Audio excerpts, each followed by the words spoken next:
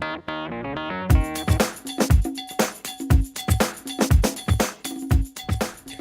good afternoon, class. So I'm here in Michigan. We got good weather so far. Been really good. I appreciate you guys sending your best wishes and prayers to us. It's meant a lot. I'm going to start my current ethical dilemma presentation for you, but I want to let you know there's also a PowerPoint that's a lot deeper and a lot richer than this will be, and has a lot better information. But thank you again for helping me and praying for me, and also allowing me to be part of the classroom from such a long ways away. Have a great afternoon. Enjoy the show.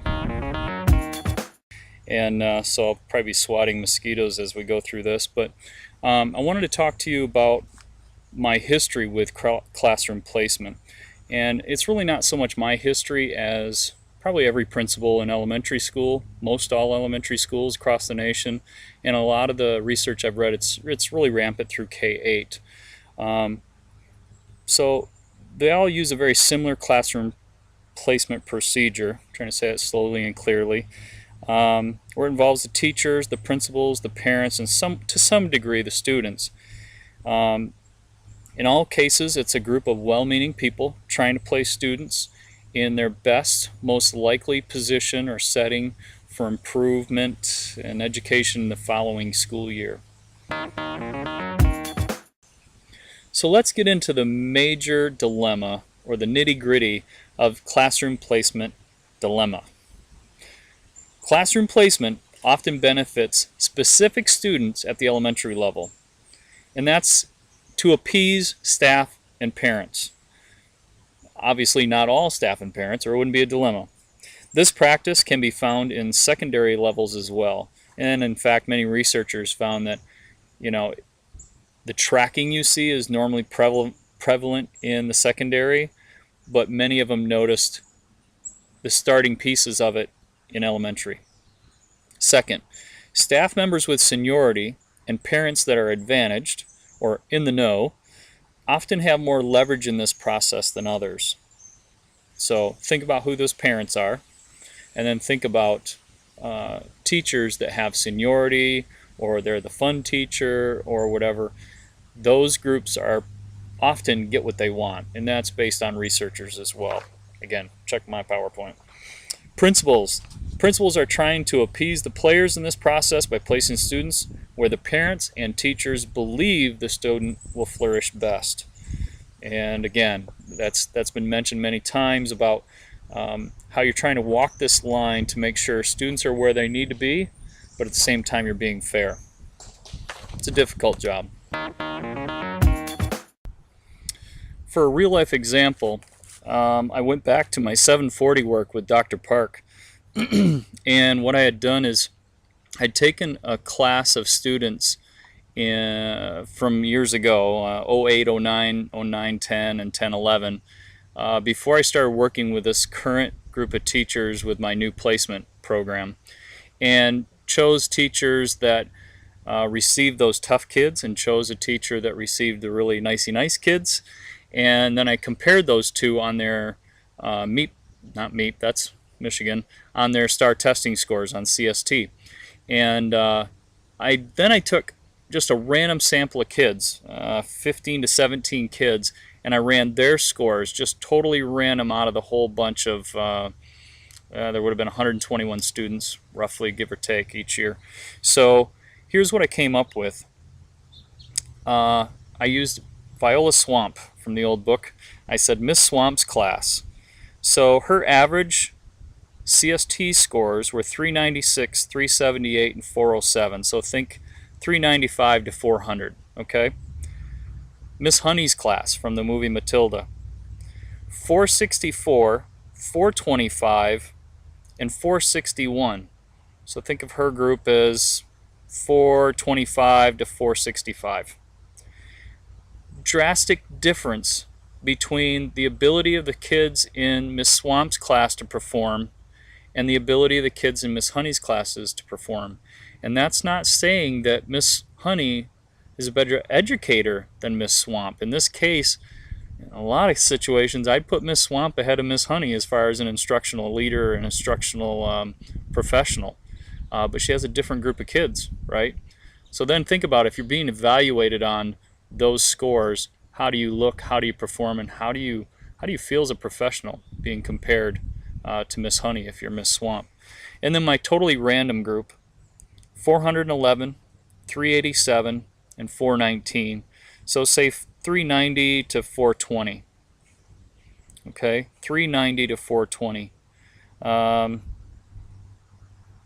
They overlap with both a little bit, but all in all, the random class is even better. The random class is even better than Miss Swamp's class. Something to think about.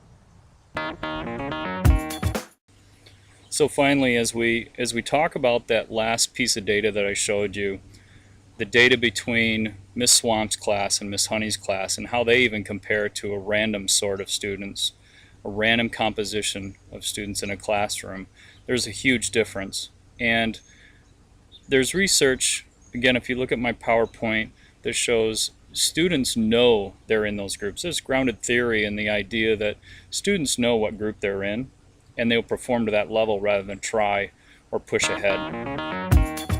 But the idea is, for me, I believe the resolution as an overall picture comes through, I think this placement procedure we are using currently across the nation, most all elementary schools and many middle schools, is more of what I would call a contingency process.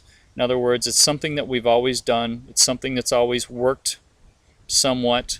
My problem with it is that through the research I've done for my lit review and so forth, the classrooms are not fair, and the outcomes for the students are not fair.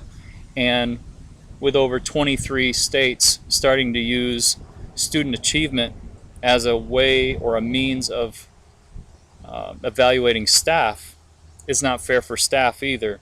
So we need to look at a new model. My model relies more on time. How much time does a particular student take to instruct during the day? Because time is finite for all teachers and all staff. And so I've written quite a bit on this now, and I've been working on this for almost 10 years as far as a placement procedure and making it more equitable for students and staff relating to time. Alright, well this time I have a mountain ash behind me.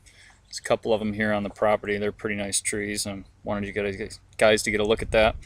I want to go over the Christian perspective on my topic, and I chose two. The first one I chose is honesty and integrity, and I wrote, even though staff members may be able to change their classroom composition for the better, the ones with more seniority or leverage with a principal, they accept the students on their list as a gift. And I use 2 Corinthians 4:2 for that. I'm going to read this part. But have renounced the hidden things of dishonesty, not walking in craftiness, nor handling the word of God deceitfully, but by manifestation of the truth commending ourselves to every man's conscience in the sight of God. My second one talked more about having the will, having the confidence in yourself to proceed and push on no matter what students are in your class, no matter what parents you have in your group. And I use Galatians 5:22 through 26 on that one.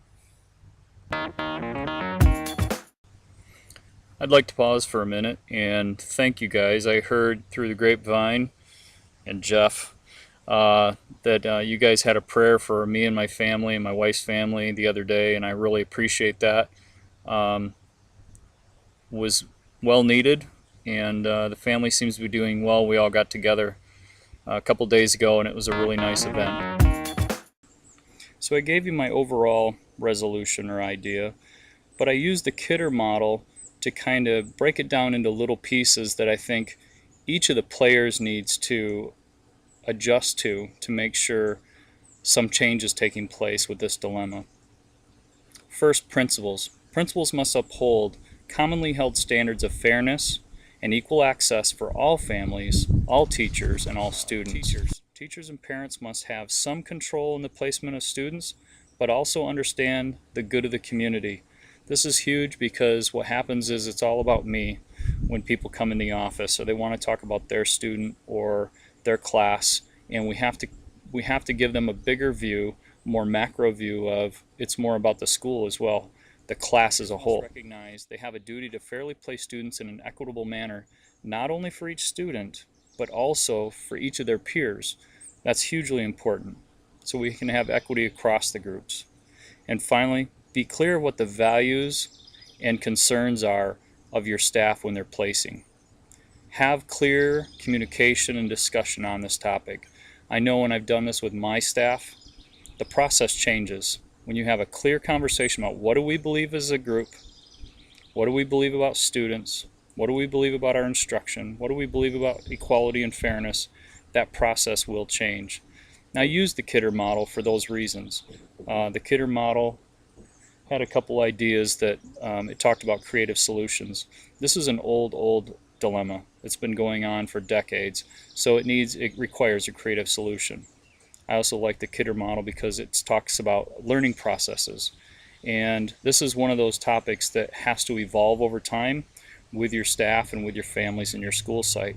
And then problem ownership was a third piece of the Kidder model, and it requires that a specific school site have that conversation I was just talking about and decide for itself, how do we change our placement process so it's fair and equitable for all students and staff.